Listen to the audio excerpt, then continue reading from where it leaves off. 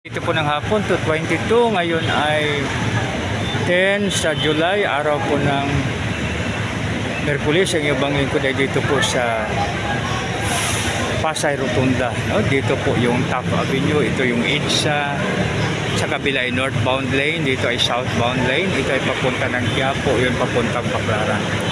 Isang mapagpalang hapon sa lahat, mga kaibigan. Tunghayan po natin muli sa mga awit 34:10 na nagsasabi, ang maliyon ay nagugutom din, nagkukulang sa gustong pagkain, subalit ang masakayawi ay sumusunod, mabubuting bagay sa kanila ay hindi nauunod. Napakagandang paalaala, mga kaibigan.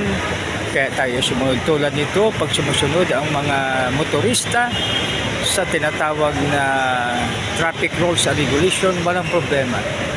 Subalit, mga kaibigan, ang nagkakasala, ang hindi sumusunod ay mayroong ticket mula sa traffic enforcer ng MMDA o kaya traffic enforcer ng Pasay. Mga kaibigan, napakabuti pag tayo ay sumunod.